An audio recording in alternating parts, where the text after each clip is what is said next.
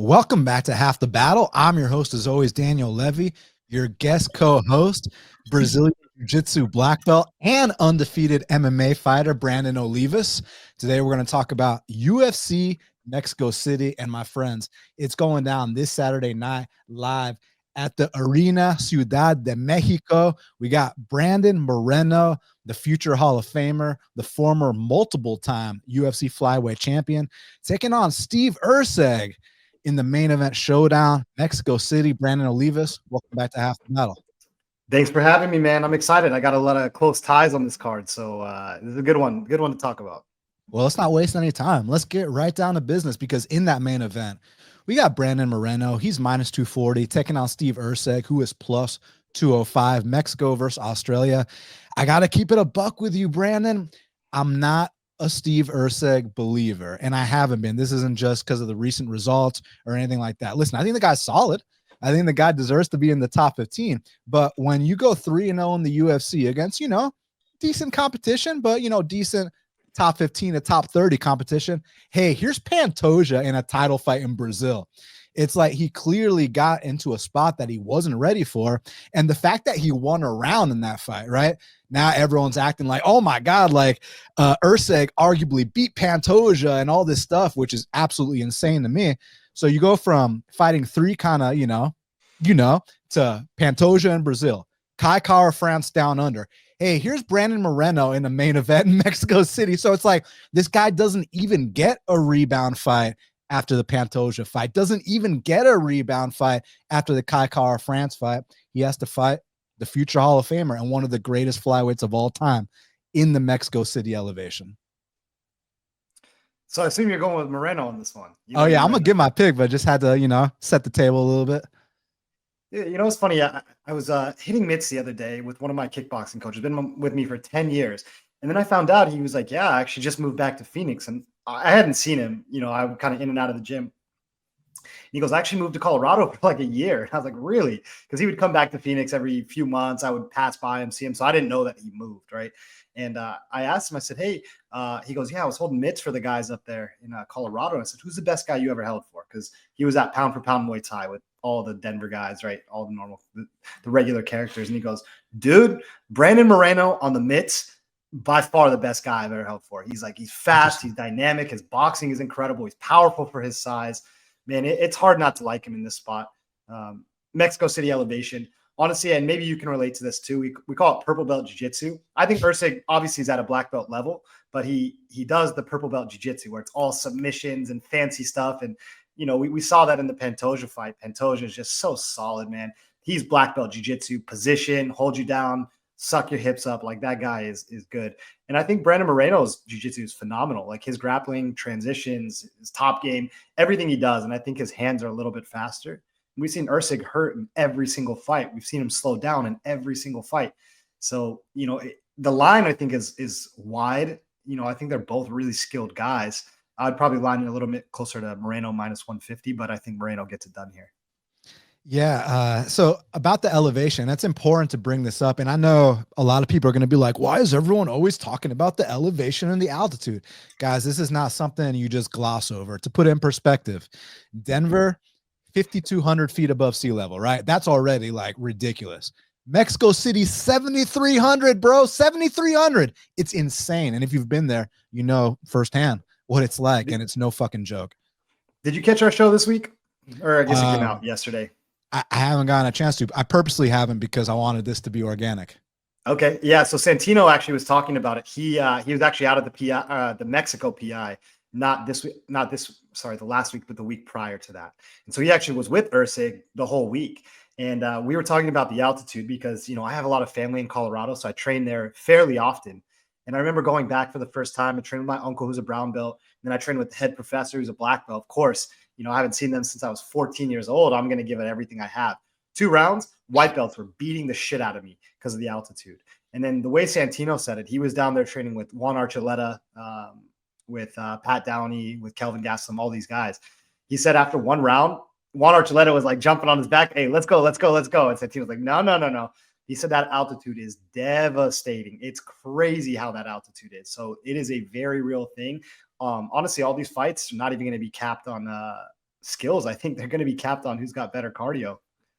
Yeah, and for the fans listening, and also for Brandan, if you know of any of the fighters that came to Mexico City early, or maybe, you know, the non-Mexican fighters, they got a elevation tent or something, anything to mimic what they're going to be facing, you let me know in the comments.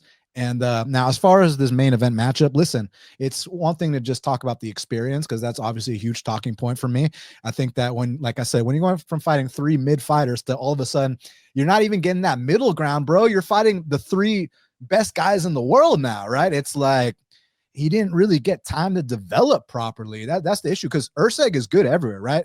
He's got decent hands, black belt in jiu-jitsu, but he just doesn't have that high level seasoning. Now you could say, well, he fought Pantoja in Brazil, he fought Kai France down under, but he hasn't gotten the chance to go back to lesser ranked opposition, use those lessons and develop from it. It's just like, here's Brandan Moreno, and it's like, man, you're not ready for this opportunity. I don't think so, at least. Now, Brandan Moreno, you got to give a lot of credit to, because after the Royval fight, a lot of people thought, hey, the best days of Brandan Moreno are behind him. You know, the guy's already won the belt multiple times. What else is there to do?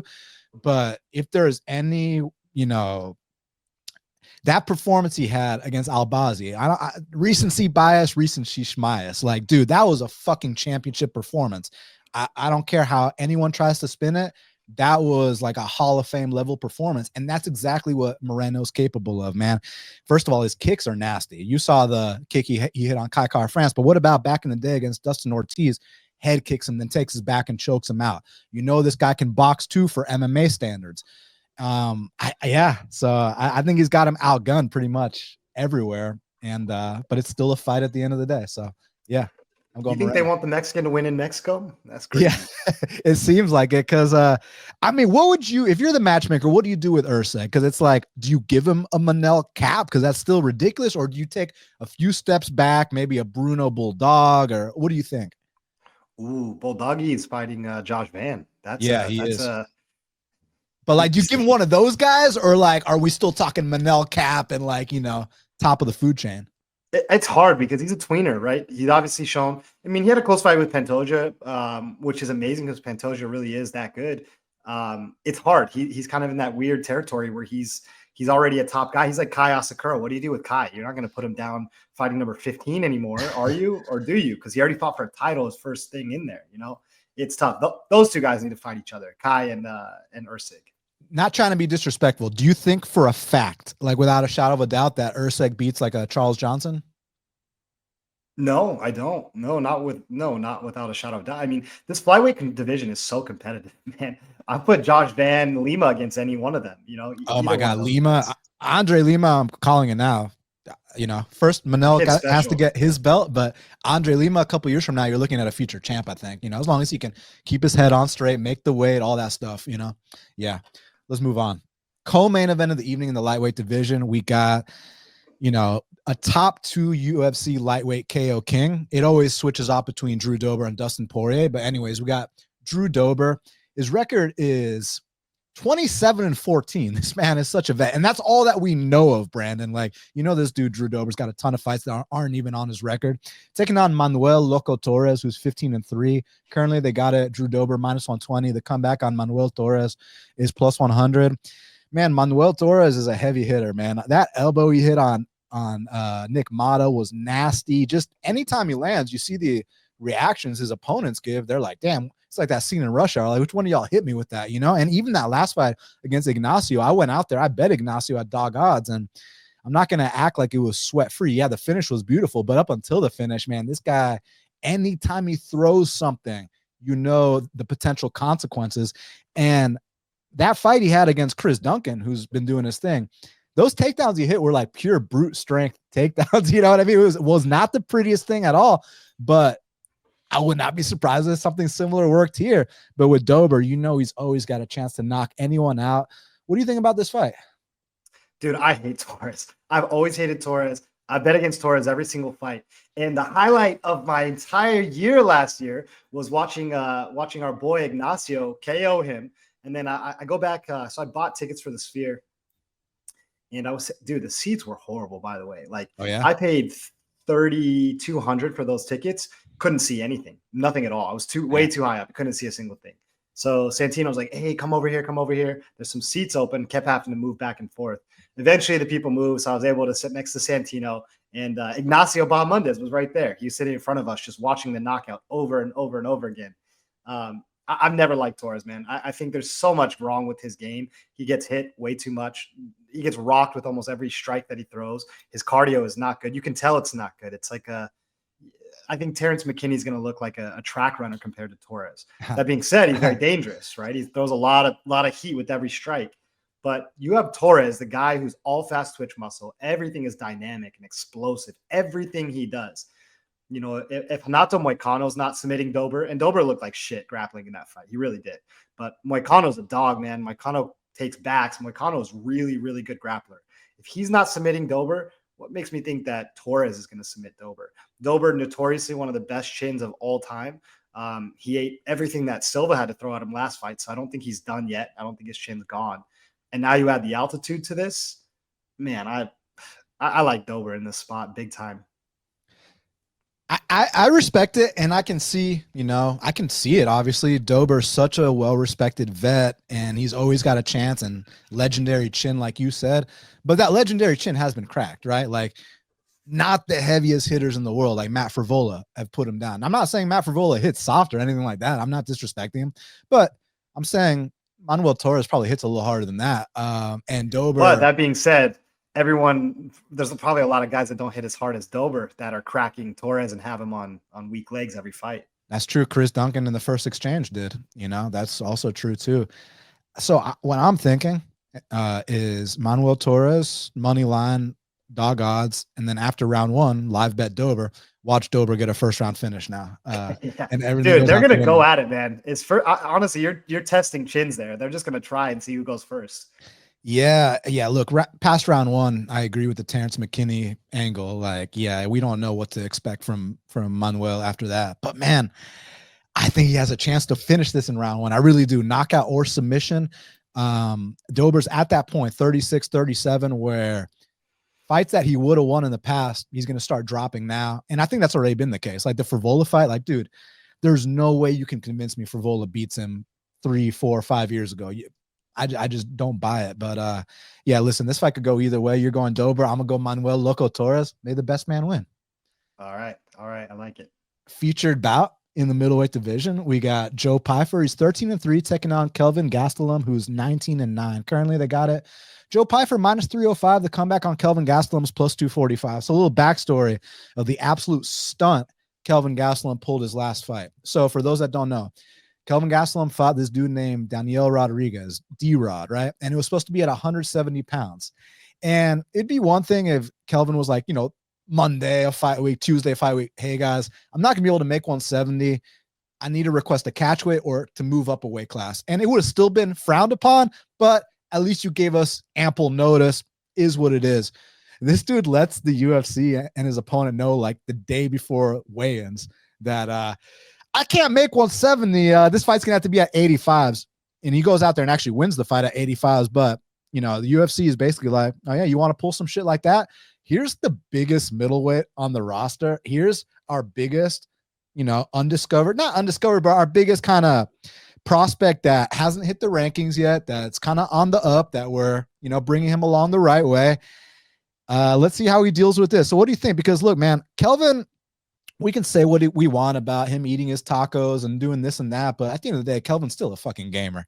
Kelvin's been involved in some of the most legendary fights in the history of the sport. And it is cool seeing an undersized guy having so much success up a weight class. It's just not cool, seeing him consistently miss weight and being a little bit unprofessional. But all that being said, the guy is a true fighter. Even when you pull up that last fight against D-Rod, I mean, it's like you want to look for weaknesses. You want to look for signs that Kelvin's slowing down. Bro, he's still letting his hands go. He's still eating flush shots. Like, Kelvin still got it. What do you think about this matchup? I can't actually speak on this one. Okay, that's fine. I'll speak about it then. Yeah, so I think Kelvin still got it in terms of like, and the reason Brandon can't talk about it, I guess you and Kelvin have trained together. We train together every day. Yeah. Okay. I mean, not me and him specifically, but yeah, he's Santino's guy. We're all fight ready. So he's part of your team. I understand. Yeah. But for the fans, listen, guys, Kelvin's a guy who back in the day, I cashed a plus 160 against Tim Kennedy, against all these guys, Nate Marquardt, fucking Vitor Belfort. Like, dude, Kelvin used to be a money printing machine, but then he'd also let you down in certain spots, like the Neil Magny fight.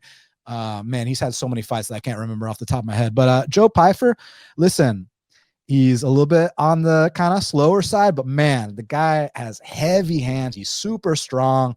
He's just a big old white dude that can crack.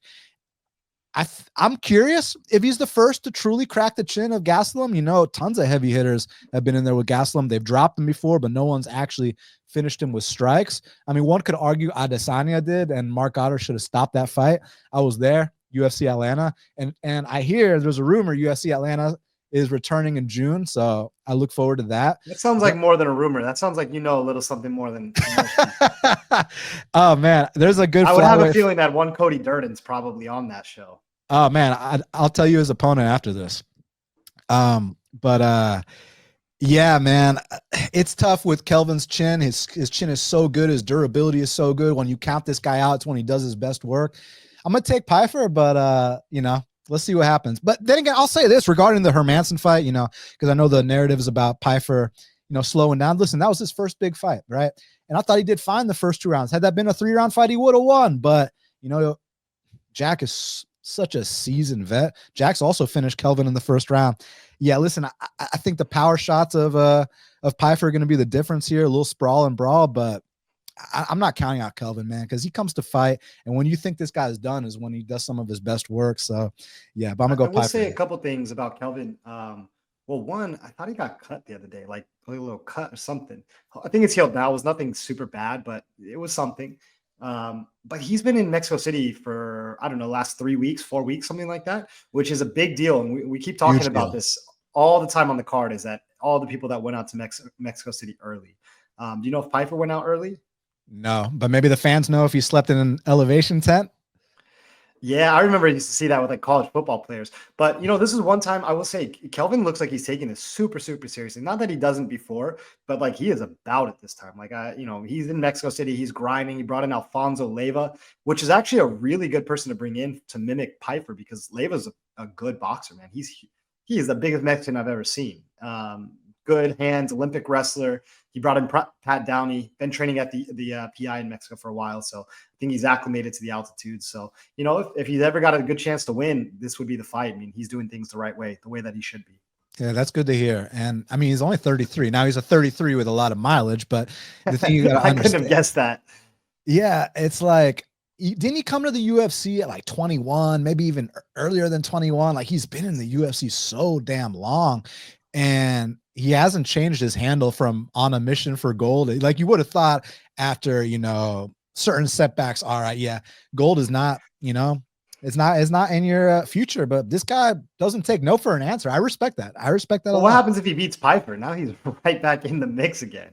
Dude, he's always a win or two away from being back in the mix. So yeah, it should be an interesting fight. And then also, if Pyfer's the first man to knock out Kelvin, I mean, Cannonier couldn't do it. Adesanya arguably couldn't do it. Tons of guys couldn't do it, man. Bisping couldn't do it. Like, that's a statement, bro. That is a big time statement that you're only going to be fighting top 15 guys from here on out if Pyfer can come out here and do that. And also, I'm curious if Pyfer possibly mixes in a takedown or two. You're the much larger man here. So I'm curious about that as well.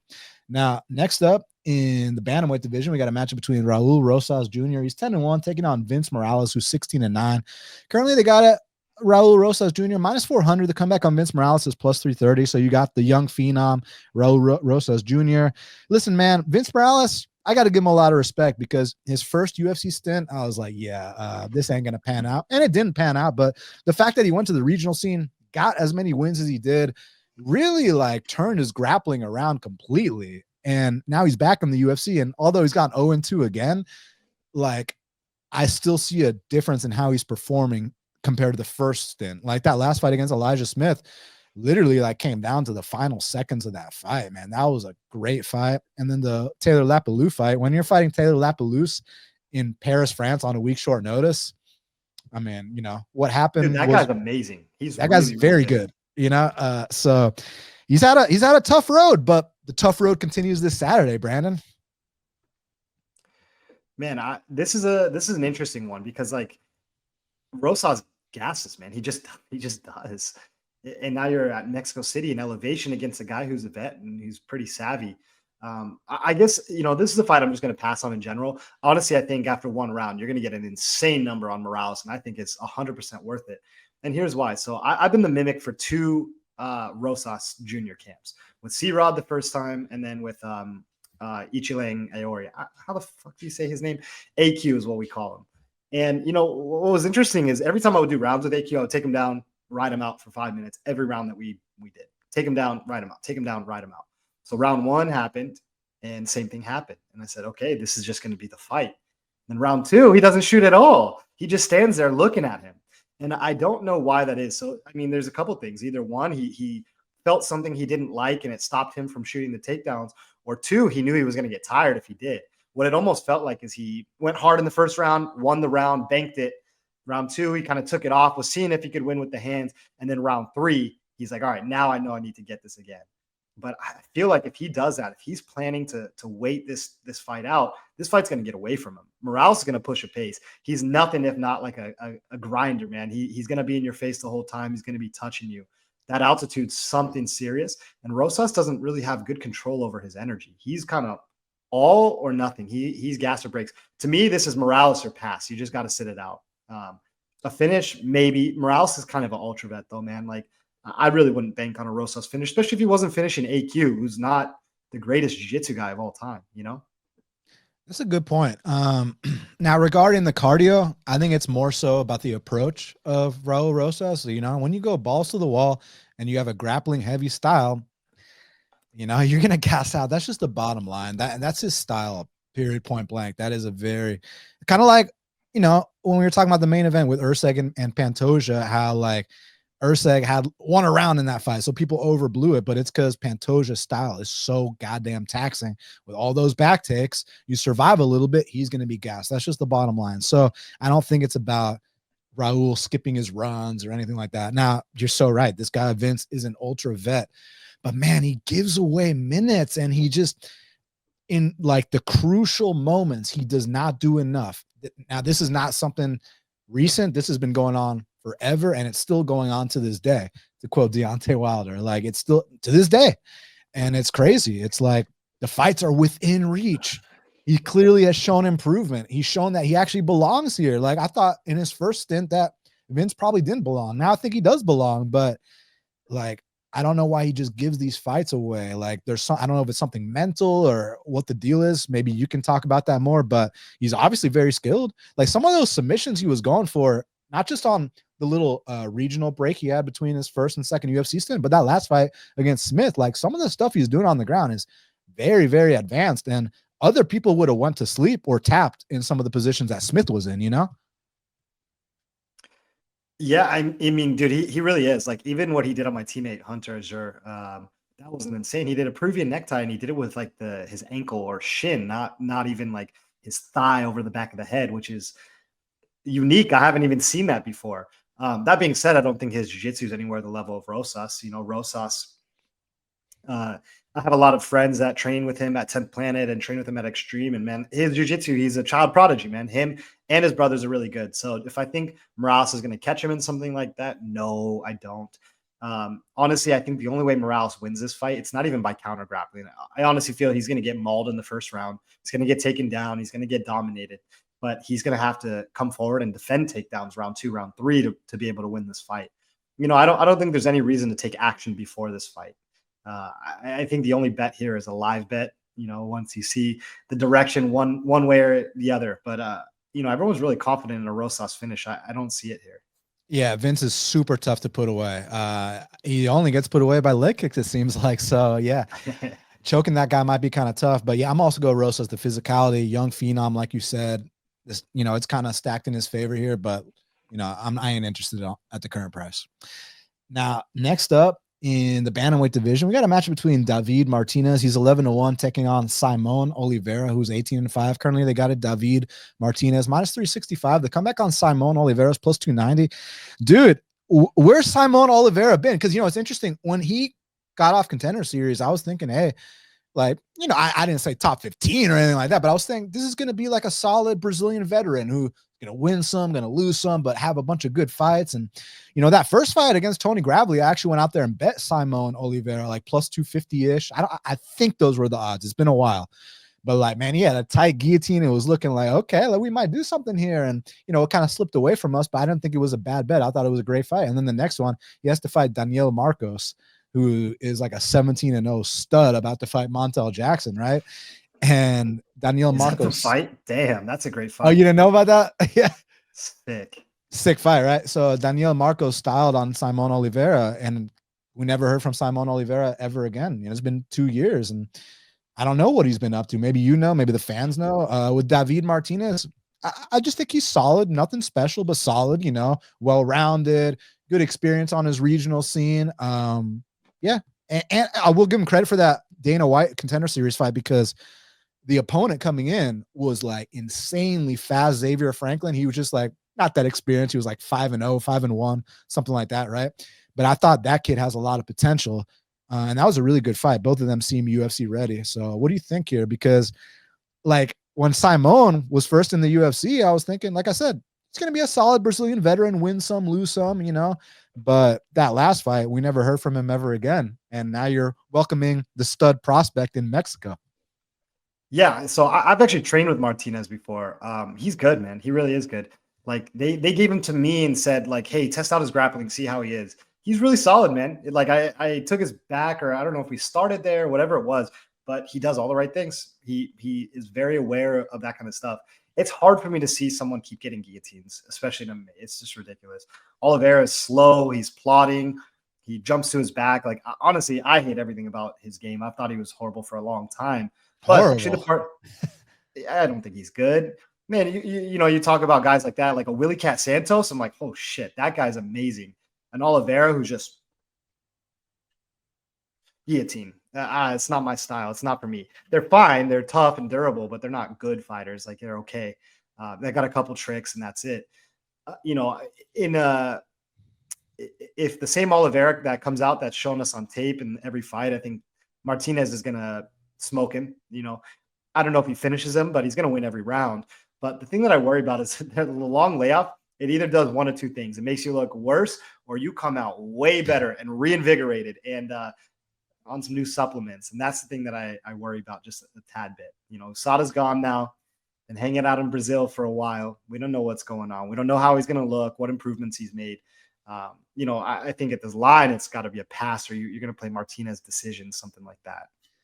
Yeah, I mean, maybe he's been taking his Flintstone vitamins. And I mean, look, the guy, like I said, he's 18-5. This is not some 5-1 guy, right? Like, this is an experienced vet, 11 submissions on his record. I don't think he's a slouch, but I also think that coming off a 2-year layoff and your return is in Mexico City against the stud Mexican prospect who, and he does slow down too, Oliveira. Yeah, big time. You know, and I am a fan of the guillotine. You know, you saw my boy Chris Duncan, 2 guillotines in a row. But in this weight class, it's going to be way tougher, man. Yeah. No, I mean, I just think that David is just solid, well-rounded, skilled everywhere. And he knows how to do that modern point fighting style, like Lone Kavanaugh, where it's like a power pointing style. And yeah, I think he should win late TKO or decision. I'm right there with you.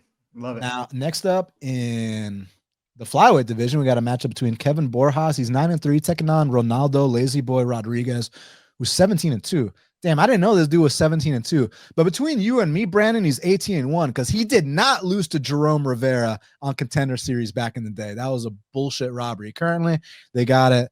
Lazy Boy -155. The comeback on Kevin Borjas is +135. Talk to me, man, because on that season of Contender Series that Borjas was on, all the Peruvian dudes, I was like, yo, these guys are studs, man.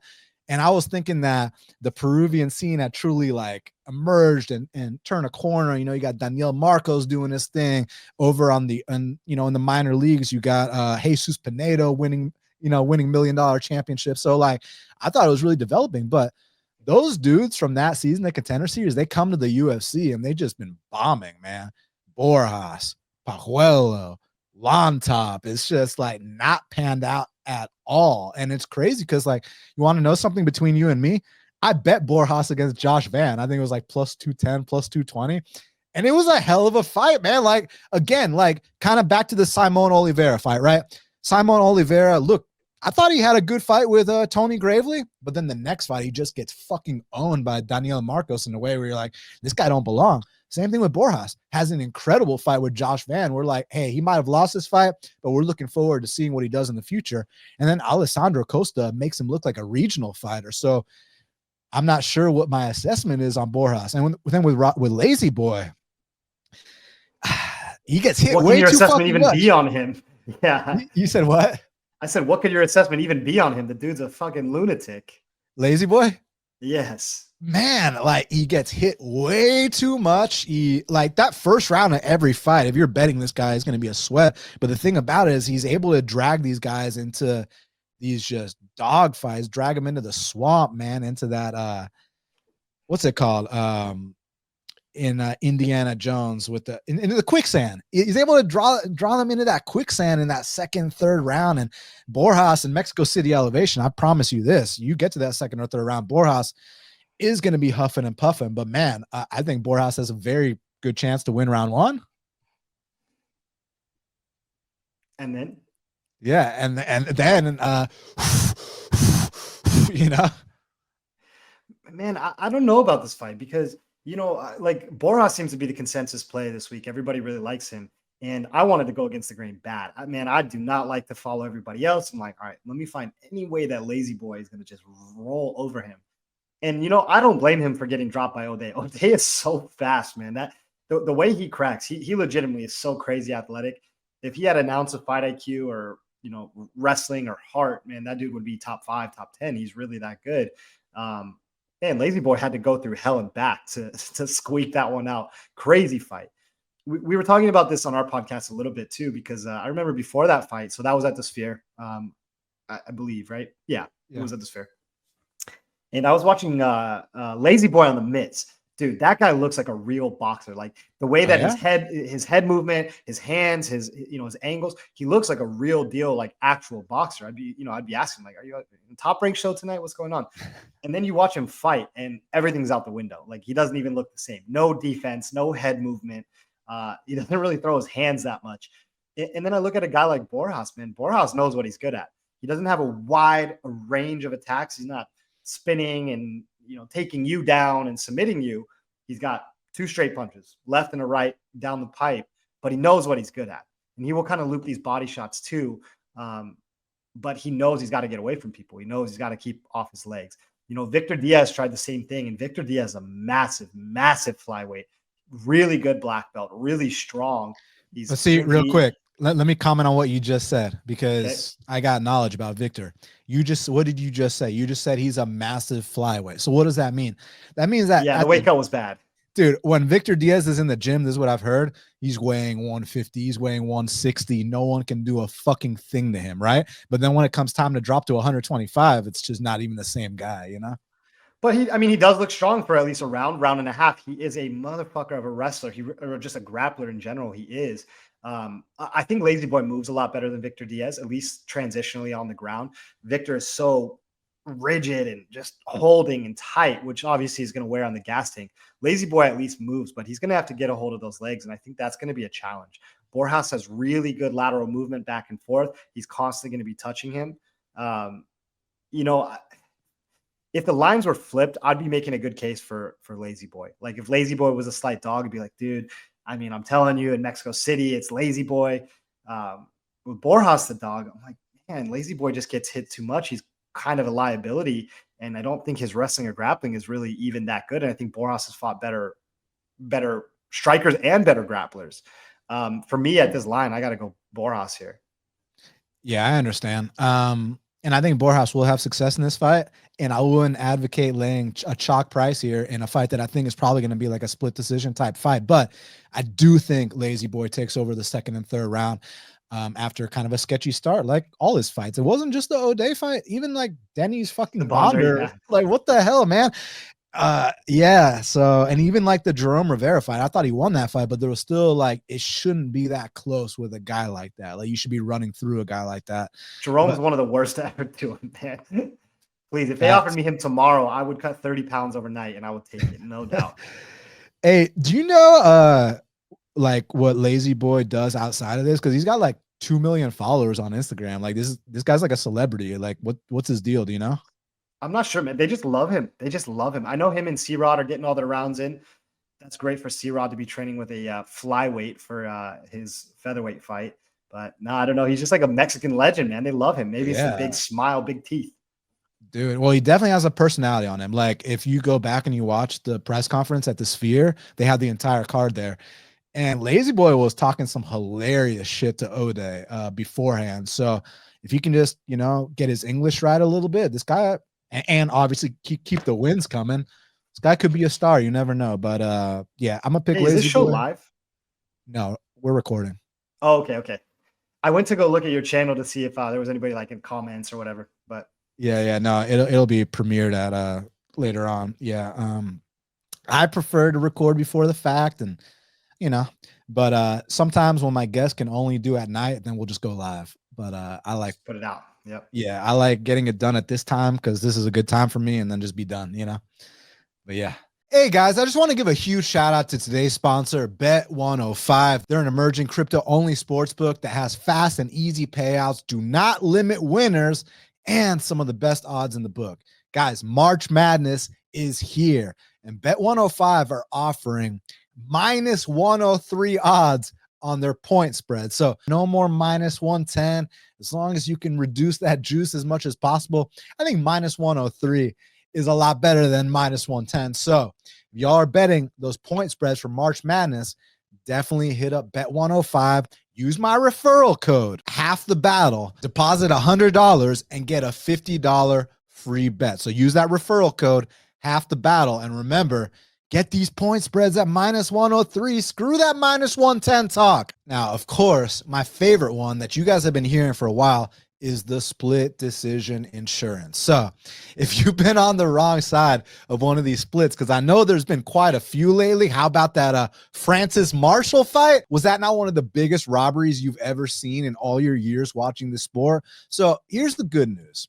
If you bet on Francis Marshall with Bet105, at least you're not going to lose all your money, okay? You're going to get 25% of it back. Now, if you win the split decision, no big deal. You get your money. It is what it is.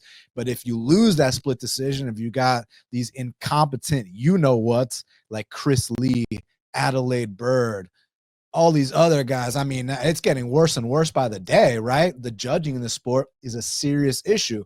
Well, at least you'll get 25% back if you lose a split decision. So I think that's a pretty good deal. So guys, make sure y'all hit up Bet105, use my referral code, half the battle, and deposit $100 and get a $50 free bet at Bet105. Use my referral code or click the link in the description so you can support half the battle in the process. Best of luck to y'all. Hope y'all kill March Madness as well as the UFC and anything that you like to bet on. Now let's get back to the show. Now, next up in the flyweight division, we got a matchup between Edgar Chairez. He's 11-6, taking on CJ Vergara, who's 12-6-1. Currently, they got it. Edgar Chairez minus 255. The comeback on CJ Vergara is plus 215. I've got like similar assessments of both guys. I went back and I listened to my breakdowns of Edgar Chairez fights. I say the same shit every time he fights. I say Edgar Chairez might not win every fight, but Edgar Chairez is going to fight every fight. And that dude is one of the biggest flyweights on the roster. I mean, I don't even know if you want to consider him a flyweight. He keeps coming in at like 130 pounds and shit. You know what I'm saying? But like, nice move. Buddy is physical for 125 pounds. And with that, there's going to be cardio concerns. As a matter of fact, little trivia. This man's been the distance 4 times. How many of those has he won off the top of your head? Probably 0. 0. Exactly. 0. This guy's never won a decision before.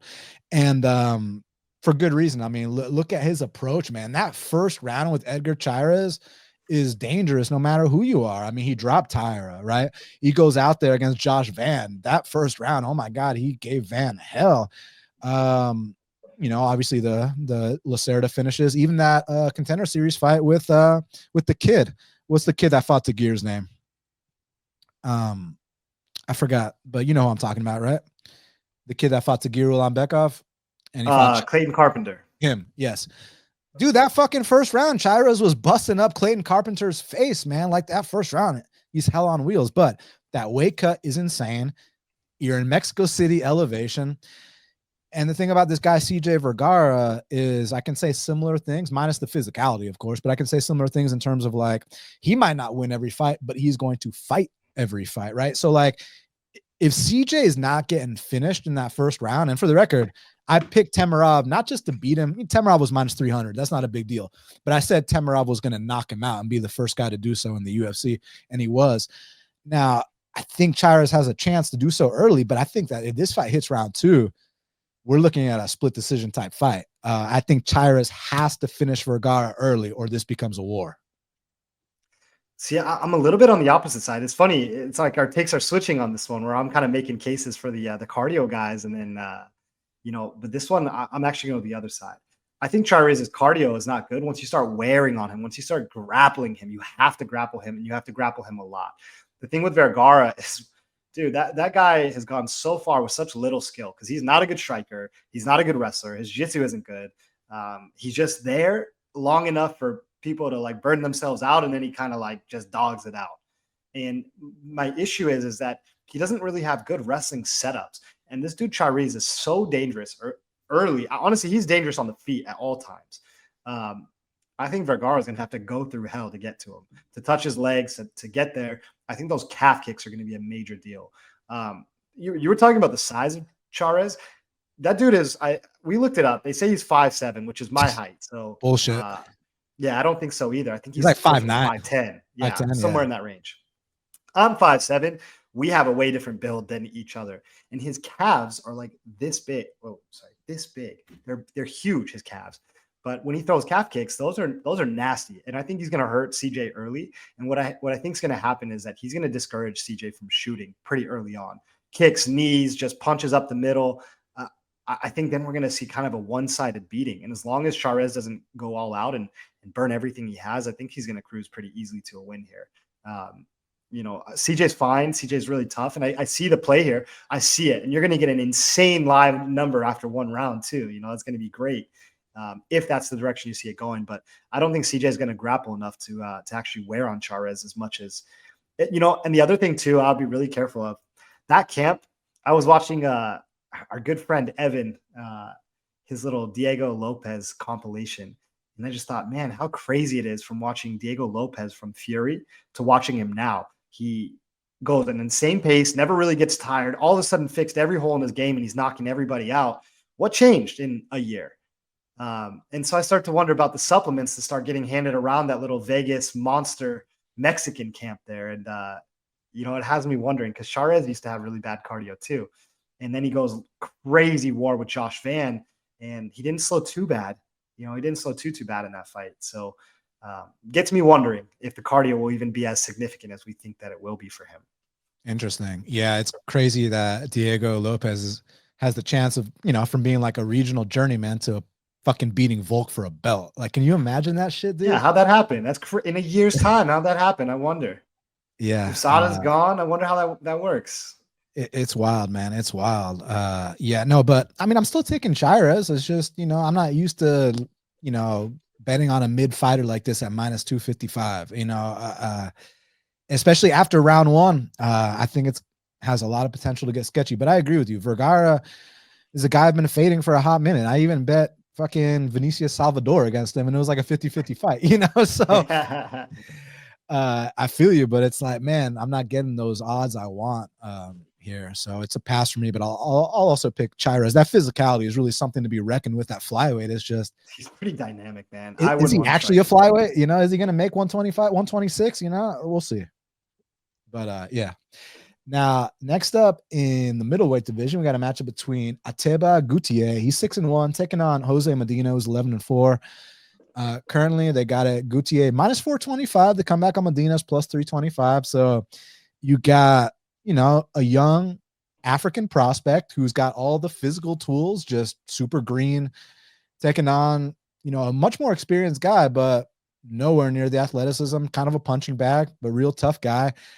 There was a fight like a week or two ago between Musasas and Carlos Vera where like we talked about how like, okay, in 3 years from now, which one of these guys is potentially going to be ranked, right? Musasas. But that doesn't mean that the journeyman can't have his one good feel good moment. And that's what happened. I wouldn't be surprised if the journeyman had his feel good moment here too, but I'm still going to take Gautier, but it's like, he's so green, Brandan. I mean, like that Contender Series fight. So one difference between him and the Musasas guy, right? When Musasas got taken down on Contender Series, his instinct to get back up is incredible. He's got such a good get up game and just does not accept bottom position. Whereas this guy, Gautier, when you got taken down by, the instincts were just not there to sprawl. The instincts were not there to get back up from bottom. He's like looking at his coaches like what do I do here? That is not good. But at the same time, when you've had less than 10 pro fights, you will be seeing these leaps every single time. He is training with guys like Frank Mir. What does that mean though? Who trains with Frank Mir nowadays? Like, I'm not asking that in a arrogant, condescending way. I'm asking that in a truthful, honest way, because I have no idea. Like, does Frank Mir have a legit gym these days or anything? Do you know? I can't imagine he does. I know his daughter is like, what, she's going to Iowa and wrestling for Iowa. So like she's something, and probably a lot of resources going into her. I can't think of a worse guy for Gautier to train with than Frank Mir. All bottom jiu-jitsu, heavyweight bottom jiu-jitsu, and awful striking. Like, what part of that game are you wanting to absorb into yours? That's like the opposite of what you need. Yeah, no, it's a good point. And then it's like, okay, so Medina, he's kind of a walking punching bag. He's known for his toughness. I mean, he was hitting some blast doubles late in the fight against Zach Reese and, stuff like that. But like, it's just the in-betweens, man. He's going to be getting busted up bad on the feet. But I think he can get a takedown or two. Do you think he's going to be able to hold this guy down? Do you think maybe Gautier can stuff? Like, because Gautier, I'm telling you, that first UFC L where it's like he's going to lose to a guy that he's got more potential than, and he'll end up, when their careers are said and done, he'll have had the better career. But that doesn't mean that he's exempt from stumbling blocks along the way, Yeah, so this is the thing that I kept bringing up. Like, I would love a play on Medina here. I would love a play on Medina, but the guy has zero offense. Like, yeah, he just walks forward and does nothing. He does nothing. We were talking about, I bet on this like fatty, horrible guy in bare knuckle the other day, and the other guy was slowing down big time. Like he was Homer Simpsoning him, getting his ass beat. And then you see the guy slowing down. The issue was the guy I bet on, the big old fatty, had zero offense. So he couldn't win the fight. He ended up losing a split decision. That was with zero offense. He wouldn't throw at the guy. And that's kind of how I see this fight going. Like, Gautier is either going to murder him in the first round. Like, Zach Reese was hurting Medina bad. People, I think, are overrating his durability. Like, the guys that he's fighting are not massive hitters. Zach Reese is as wide as they come. That dude doesn't hit. And he was hurting him with body kicks, hurting him to the body. Especially these big fat guys that get skinny, you touch their body, it's an issue. I think Gautier either going to put him out round one, or even if he slows down, the issue is I don't see Medina producing enough offense to actually win the fight. I bet on the little Japanese guy that fought Gautier on Contender Series, so I totally understand the fade. Round one, I was like, dude, I'm genius. Like, he's just going to get him down all 3 rounds. That's a wrap. But the issue was round 2, he came out, tried to shoot, and he ran into a brick wall. And Gautier, sometimes he'll play calm and composed, but that dude just could not deal with the physicality. And I'm afraid that's what Medina is going to run into here. Even if Gautier is tired, I think he's solid and strong enough. I think he'll win enough of the fight until he gets tired. One thing I actually talked about, I don't know what the odds are, is actually I'm kind of interested in a Gautier by decision. I think he can win 8.5 minutes. And then even if he slows down and Medina gets the 3rd round, I think we're still in some action here. Maybe those finishing abilities go away with the altitude, and then we see kind of a slow, and then you kind of decide who's going to win based on what criteria. But yeah, I think Gautier is going to win. I like him by decision, probably, if you're accounting for the toughness of Medina. Yeah, no, this is a good next step up in competition for Gautier from, the guy you fought on Contender Series, because now you're fighting a guy who's got, more than double the experience as you, and you get a chance to possibly see, like, you hit this guy with your hardest shot and he's still there walking forward. if that's the case, how do you react to that? I'd love to know how he reacts to that, because a lot of these guys, like I said, he's coming to the UFC with a 6-1 record, right? We're not dealing, like, for example, we talked about David Martinez. He's coming in here 11-1, already been seasoned, been in title fights outside the UFC, right? He's done what he needs to do to get here. Whereas Gautier, it's more of like, the matchmaker's taking a gamble on this guy's he's a raw African freak prospect. That's the bottom line, He's much like me, man. He's much like me. So yeah, I think the physicality is going to be we know this already, but I just want to see if we can get Gautier tested a little bit. Like, maybe Medina doesn't go down, and maybe the elevation, the altitude does come into play, and Gautier has to dig deep in those second and third rounds. I want to see stuff like that. So, but also, I mean, it's a very real thing. If Medina gets him down round 2, like, even if he throws pitter-pat punches, we could be in some trouble here, So I think you should pass or like look for a live entry. Yeah. No, pure pick, I'll take Gautier, but let's see. It has potential to get really interesting. Now, next up in the featherweight division, we got a matchup between Melq Costa. He's 22-7, taking on Christian Rodriguez, who's 12-2. Currently, they got it Christian Rodriguez -160. The comeback on Costa is +140. So Costa making a quick turnaround after that first round submission over Feely. I mean, technically, Christian is making a quick turnaround too. Not as quick, but I mean, he was just in there not that long ago, right? Like, how long ago was that last fight? That was the Bashy fight was in January 11th. Yeah. And one thing about it, speaking of Bashy, it's like this dude, Christian Rodriguez, as an underdog. Oh my God. Like, you don't fuck with Christian Rodriguez as an underdog. Raul Rosas Jr., Cameron Saimon, Isaac Dulgarian, Austin Bashy. It's like, damn, like, if you're an undefeated prospect fighting C-Rod, get ready to lose your O is the bottom line. Now, that being said, this dude Costa is very, very experienced. I mean, 22-7. This is his 30th pro fight. Again, that we know of. He probably has a bunch of fights that weren't even on his record. What do you think? Because it's like with Costa, the criticisms I've had for him weren't like anything crazy. It was more so of like maybe little moments in fights on his regionals where I thought the opponent was clearly outmatched and he could have finished, and he didn't really pursue the issue as much as I would have liked to see, maybe a big first round and then kind of coast after that, just little stuff like that. But you have to respect the experience. But man, C-Rod's been turning into one thing I like is that, comparing C-Rod to Kelvin, right? Why am I doing that? Not because they're both Mexican, but because both of them could arguably fight down a weight class, right? Kelvin could fight at 170. C-Rod could fight at 35. Well, one thing I really liked that I heard from C-Rod this week was he said the 135 days are completely behind them. Like, we're not even going to fuck around, bro. I'm at 145 for the rest of my career, right?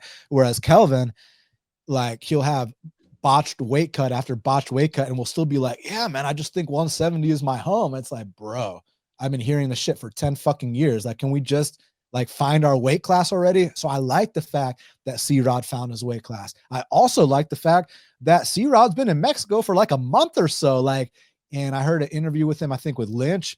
He's been walking the streets of Mexico every day. He's got family there. He's really enshrined in the culture. Like, seems like the cards are playing out in his favor in terms of the preparation. But now the question I have for you is, how do you think they match up stylistically? Yeah, good question. So I actually talked to C-Rod. We hadn't talked for some time, and then we had about a 30-minute phone call a few weeks ago. Nice. And I just talked to him about everything, and I asked him about the weight cut stuff. I think what he said was he did some testing at the PI, and they said that his optimal weight class was 145. Honestly, these days, me and him are probably pretty close to the same size. We're both 5'7". I don't know. Our bodies are a little different, but we're about the same size. So could he make 35? Yeah, he could. Did he make 35 with Fight Ready and us and me fat shaming him every day? Yes, he did. So, but also, how old is he now? Because he's a kid. Like, he's 27. So at that time, he was, what? He was only 25, 26. 25, right? Like, now it's like, if he's not fully disciplined, there's no way in hell he's making 35s. But, this is one thing. And this guy is close to my heart. That's my brother. Ups, downs, whatever we've been. So obviously I'm going to come with the most biased pick I possibly could. But that dude, he'd been through a lot of stuff. Like, just mentally, he was his own biggest enemy. I didn't think he was going to win half the fights he ended up winning because, you know, his personal side of things was always a fucking disaster. I've never seen him more focused than he is now. But he got done with his fight. I don't even think he really drinks anymore. He doesn't smoke anymore. He doesn't do anything. He went straight to Mexico. He left his girl. He left his family, and he's extremely close with his family. He was living on his own for a while and moved back in with his family just because he loves them so much. His mom and his dad are such awesome people. His sister lives with them. He's actually out in Mexico City. One of his training partners is his sister's boyfriend that he also trains with, and Lazy Boy and all them. Santino saw him at the PI. Dude, I love Christian. He's a phenomenal grappler. And so just insight for you guys. I actually talked to him about the Erosa fight. He said that was the one time that he felt like he had to really put on a crazy performance and go out and make something happen. And the issue was, I think he was injured the entire camp, so he wasn't able to run like he usually does. And if you guys notice, every week he posts his Sunday run. He's doing 12, 13 miles in Mexico City at like an 8-minute pace. That's a lot. That's crazy. He's doing a half marathon every weekend. So the dude is in shape. He really is in shape. And if you look historically at his fight style, the reason he's so successful, because he's just so calm. He almost reminds me of Fluffy Hernandez. You know, he'll just be right there and he doesn't do anything drastic. He just dinks and dunks you, and he eventually just wears on you and he picks you apart. And if that's the C-Rod that we see on Saturday, I think he's going to destroy Costa. People think that C-Rod's just a counter grappler, which is not the truth. C-Rod is a striker. He's always been a striker. You listen to Paul Felder talk about him back in the day. He was going toe-to-toe with Paul Felder when he was a 14, 15-year-old kid. I've seen him in the gym. I've seen him sparring with guys. I've sparred with him 10 million times. The dude is a striker. That's who he is through and through. He just does counter grappling as a byproduct of how people want to fight him. The way I look at Costa, you know, make any excuse you want for Costa. C-Rod has the exact same excuses, right? When he fought JSP, he was on his couch. He was weighing like 168 pounds or something like that. He had to cut 23 pounds in like less than a week or whatever it was, and wasn't even training. And then the other fight, the Erosa fight, he was hurt the whole time, wasn't able to run, and he panicked because he was gassed because he went so hard trying to finish the fight.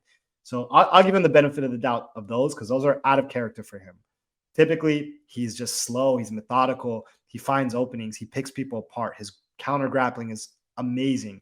I don't think Melq has anything for him. And a lot of people are concerned about the size, which, you know, C-Rod is going to be undersized the rest of his career. It's just the JSP was bigger than Costa, first of all. Yeah, he is. And I've gone with JSP a million times too. JSP is a motherfucker, and he will drown you in deep waters. I think he's a way better wrestler than Costa. Even his jiu-jitsu is really good too. And C-Rod defends everything. He does everything well. He knows the game plan, and he is so calm and composed. I think Melq's cardio is going to wear far before Christian's does. I think Christian's going to knock him out in the second or the third round. Wow. Yeah, listen, the fight. So I've always thought Christian Rodriguez was obviously very solid, right? Like from the Contender Series fight, which the only reason he didn't get the contract then was because of the weight, but like he looked great in that fight. Even and that was my teammate Junior, and they pushed a crazy pace in that fight. And I go with Junior all the time. Junior is a very good boxer, and he's a 2 or 3 time state champion wrestler, and he couldn't get Christian down. Has he gotten any regional fights since his last Contenders? Has he been putting in work, Junior? He just fought Mano Martinez in Fury, and he poked his eye. No contest. So that's gonna set him back a little bit. That was his first after Contenders? No, he knocked out Elijah Smith. So maybe that was before. I don't know. I think that was before, but yeah, because like I feel like Junior, they like him. They just gave him fucking Peyton Talbot and Christian Rodriguez, right? So like you the two worst guys, right? Like you take a guy like Junior, you put him on a 3-fight win streak. I see him, you know, on a UFC prelim in the next couple months, right? Like, so yeah, he's leveled up a lot. You just got to keep a guy like that active. Now regarding Christian, like when I first saw Christian Rodriguez, I was like, yeah, this guy's very, very solid. And it's easy to get caught up in the fact that, you know, he's not the most athletic or imposing looking guy in the world, but man, he can fight his ass off. He's skilled everywhere. And you were talking about how people just look at him as a counter grappler. Well, when you're fighting fucking Raul Rosas Jr., Isaac Dulgarian, and Austin Bashi, what do you expect to show off, right?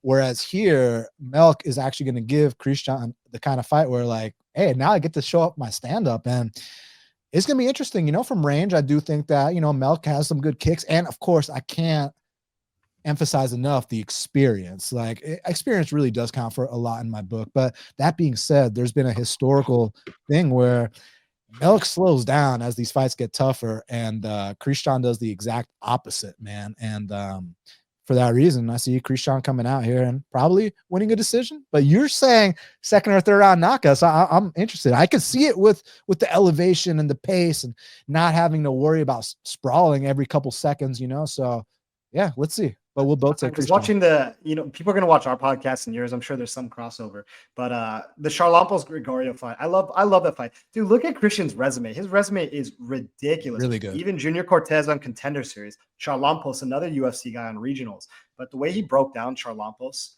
over 3 rounds, and he never put any stick on any punch. He just touched him over and over again. When Charlampos got uncomfortable, he went to shoot. Christian was flying kneeing him, elbowing him over the top. Every dink and dunk that he possibly could, wear him out and put him away. I see the same thing happening, and at elevation, it's going to make it easier. Yeah, like he's so calm and composed, and the 2-3 lines on this one are like plus 2,200. Interesting.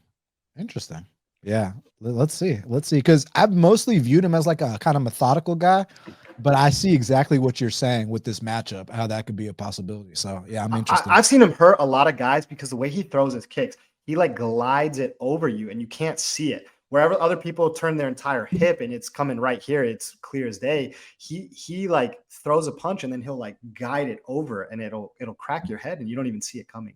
So watch, that's how he's going to finish this fight. He's going to hurt Melq, lay a little head kick, and that's wrap. Let me say this too. I know you were shitting on these chokes earlier, but don't sleep on C-Rod's front chokes, man. He's got some good front chokes. Guillotine, anaconda, like, you know it's there. Dude, okay, sorry, we're going deep on this one, but I'll tell you this, just because I have a lot of experience with him, and like I said, this one hits close to home. So when I was helping him for the Rosas fight, I was fucking mauling C-Rod. I was taking him down a million times, controlling him, doing whatever I wanted. And then one day, C-Rod just kind of flipped and decided, oh, I'm going to start choking the shit out of you. Mind you, I haven't been guillotined I think I've been guillotined one time in like 6 years. I figured it out because I got guillotined 100 times one day, and I was like, okay, never again.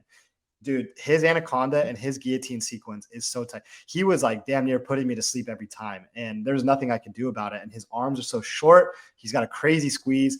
And he loves it. He would tell me every fight, dude, I'm going to finish it this time. So, C-Rod by submission is not a bad look either. He really is good at it.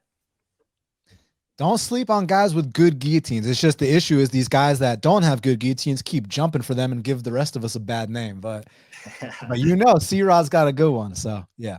Now, next up in the strawweight division, we got a matchup between Lupita Godinez, she's 12-5, taking on Julia Pilastri, who's 13-4. Currently, they got it. Loopy minus 225. The comeback on Pilastri's plus 190. I know you want to talk about this. Let me set the table. Listen, I think Loopy's got a lot of skills. It's just, you kind of have to have a working brain to make those skills translate. And the fight IQ I've seen from Loopy is just straight up Loopy, man. I don't understand certain things. Whether we're talking about back in the Luana Carolina fight or the Jessica Panay fight, or even most recently, like you're fighting Virna Janjidoba, who's, like a 3rd-degree black belt. Like, what the game plan is here. And Loopy's out there initiating grappling with her. I'm like, what the fuck, dude? And then Pilastri, she's green, way less experienced, but like, I like the aggression.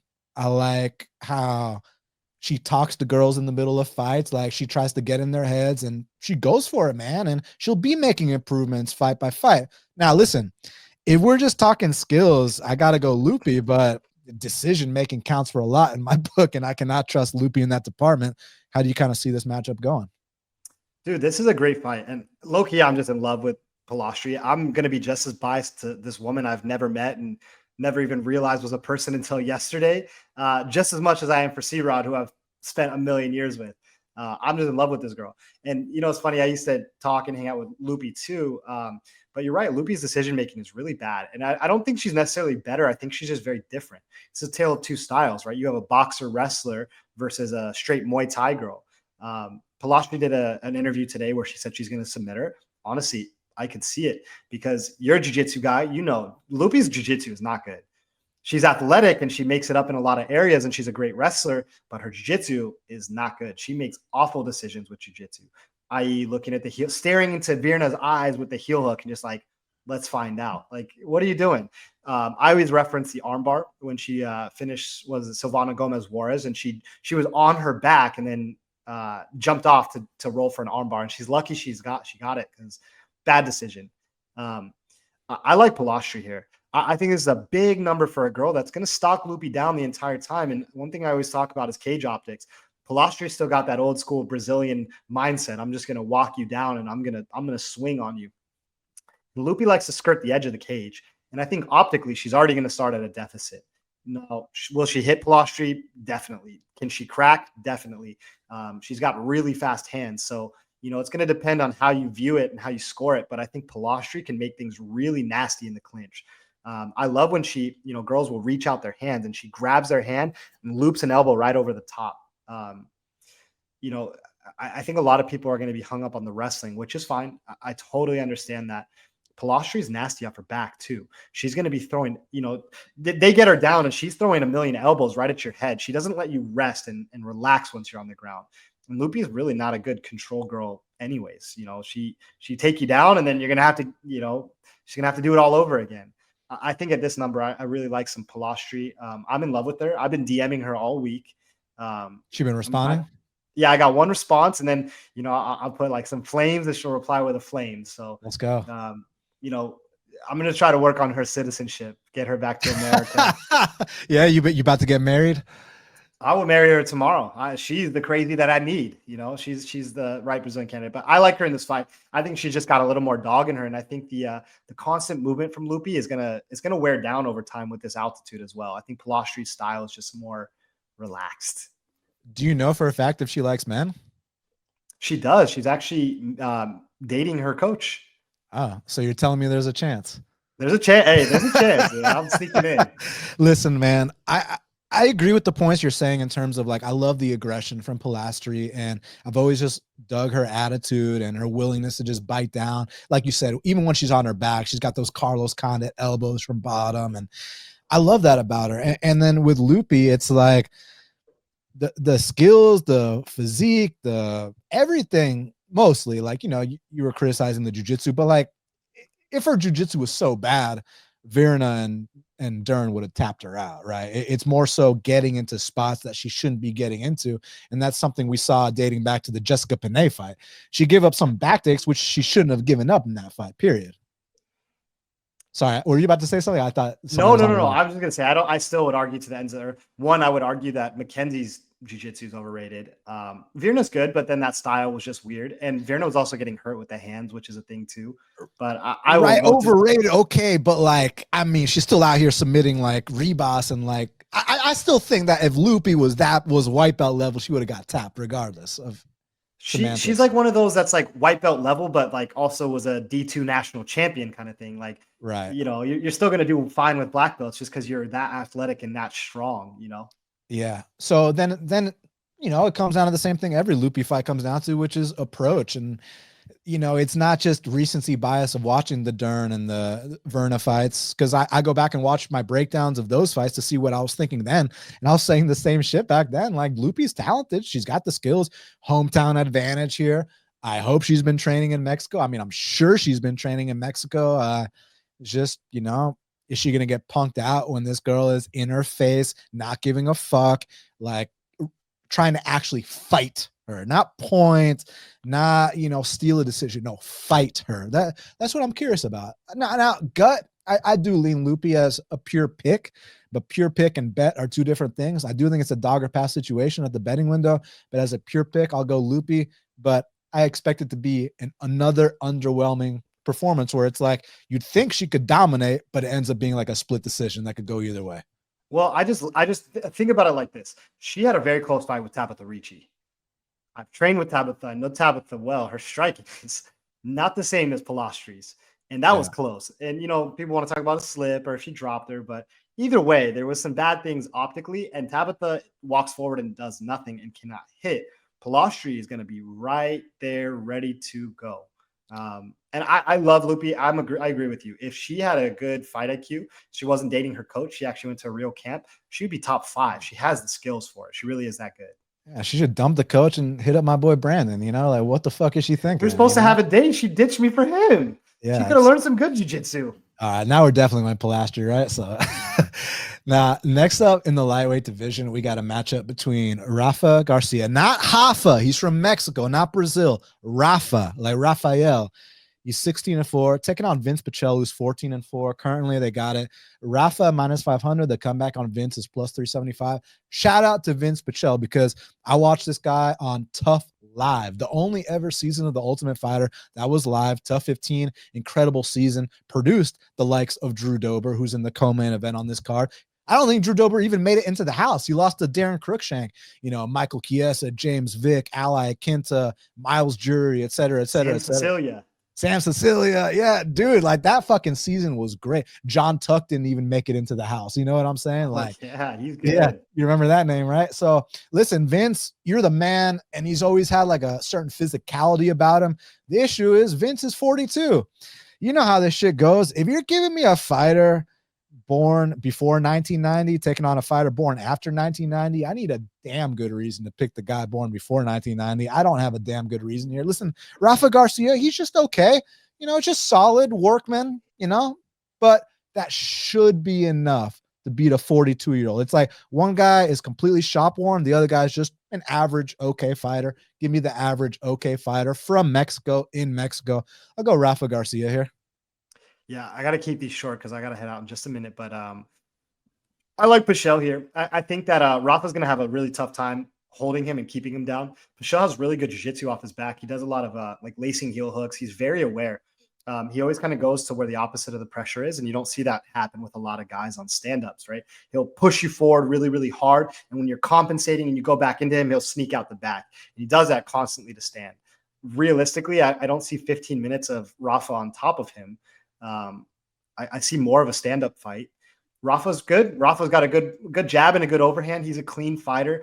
I really do like him. I think he's solid everywhere. But Pichel will put volume together. And the biggest thing I see here is that teep kick. He throws a crazy teep kick, stabbing. We call it the bunion kick. Boom, right up the middle. And Rafa's body. I mean, if he were on this podcast, he'd be fitting in both frames, just his body. It's so wide. It's like a shield that Pichel is going to have as a target for that front kick. I think that's going to play a big deal in this fight. Maybe as a pure winner, Rafa's going to win, but I like Pichel as the bet. And I would actually do this one beforehand because I don't necessarily see cardio issues really on either side. I just see a really close competitive striking fight. Pichel is standing in there with Bonfim, who's trying to murder him. With Marco Madsen, who's a Olympic silver medalist wrestler. He's dealt with a lot. He's seen everything. He's got a great chin. He'll always push forward. He'll put the volume together. I think Rafa sometimes gets lost in the sauce. At minus 500, I'm not really trusting him here. I get Pichel's old, but Pichel's game. He always fights. He always comes to fight. So just on a value perspective, I think I'm actually going to try a little bit of Pichel here. Interesting. 2 more fights. So next up in the featherweight division, we got Jamal Emmers. He's 20-8, taking on Gabriel Miranda, who's 17-7. Currently, they got it. Emmers minus 310, Miranda plus 260. Emmers is super, super talented, super athletic. From time to time, you're going to see these signs of brilliance. You're like, damn, this guy could be a champion. Like, dude, you saw that fight he had against Vince Cachero. I know it's a big step down in competition, but he treated him like I was looking at like, wow, Emmers volume, Emmers, the way he mixes it up. And like he's got a bunch of great fights and results, but then he'll get heel hooked in round 1. Then he'll just randomly get knocked out by a non-knockout artist. Like he's the definition of a hot and cold fighter. And here with Gabriel Miranda, 17 wins, 17 finishes, 16 submissions. If anyone's going to bring out that early, stunt, fluke, quit, whatever you want to call it out of Emmers, it's a guy like Gabriel Miranda. But this fight goes past round 1 and Emmers is going to school this guy. So I'm going to go Emmers, but round 1, Gabriel has a chance. Yeah, I'm with you. I think Emmers is going to win without a doubt here. The dude's too experienced, but I'm with you. I think that Miranda is going to give everything he has round 1. Round 2, he burns out. I like a 2-3 knockout for Emmers. Now, last but not least, kicking off the card, we got Austin Hubbard. He's 16-8, taking on Markel Medeiros, who's 9-1. Currently, they got a Medeiros minus 185. The comeback on Hubbard's plus 160. Fans of the show know that no disrespect to Austin Hubbard, but ever since day one, we've called him Harmless Hubbard because he's not going to inflict too much harm on anyone. You know, he's kind of harmless, but I'll give him credit. He's experienced. He's durable. He's been in a lot of tough fights. So yeah, you know, he just kind of exists out there. And Medeiros, he's young, he's kind of green, but like he's got some athletic qualities. He's got heart. He likes to go to war. It's just a matter of getting the reps in. And this is the perfect opponent to take in your second UFC fight. You just had an incredible war with Landon Quinones. People don't give him credit for that because Landon went 0-2 in the UFC. But look at the two wars. The Nasrat Akbaras fight was fucking serious. The Markel Medeiros fight was serious too. So that's the kind of experience I need a kid like Medeiros to have going into this against, you know, a guy with more than twice the experience as him, but a guy who always fights close and is harmless. Give me Medeiros. Dude, I am so with you. I actually like Medeiros changing his approach. He used to put a lot of gas on every punch. Since he's gone to, he moved here to the lab in Arizona. I'm sure they have him on some great supplements. He's going to be on the Mario Batista pack, which is great, especially at altitude. Hubbard's footwork is just a complete disaster, man. He is all over the place. The reason he's so harmless is because his feet are always moving when he's punching. He can't sit down on anything. He's always clumsy, off balance, all over the place. Do I wrestle? Do I strike? He has no idea what he wants to do in there. You know, I think every fighter has to have that one thing that makes them special. Medeiros is a really good counter striker. That is his thing. He's going to slip your punches, rip you to the body, put combinations together. He is really fast and dynamic like that. Hubbard, what is he good at? You're right.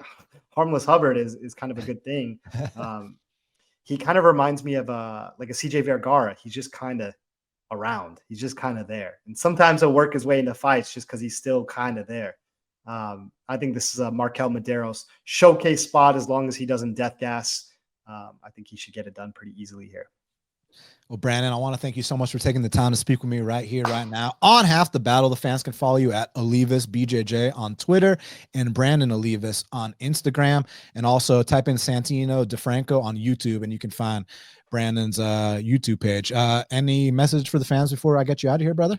Nope, that's it, man. Thanks so much for having me on. I always appreciate talking to you. And man, people don't realize, man, you're such a good guy. One, we talked about last time you sent me the shirt. And then two, you just sent me a message like, yo, get your shit right, get together, start training. So those messages, man, they help me. I've been going through a really tough time. So I think about that all the time. I really appreciate that, man. You're always there. You're such a good guy. One of the better guys in the space. So I appreciate you having me on. Thank you, brother. And I meant everything I said and keep going, bro. Keep going, brother. All right, man. I'll talk to you Thanks soon, so my much. friend.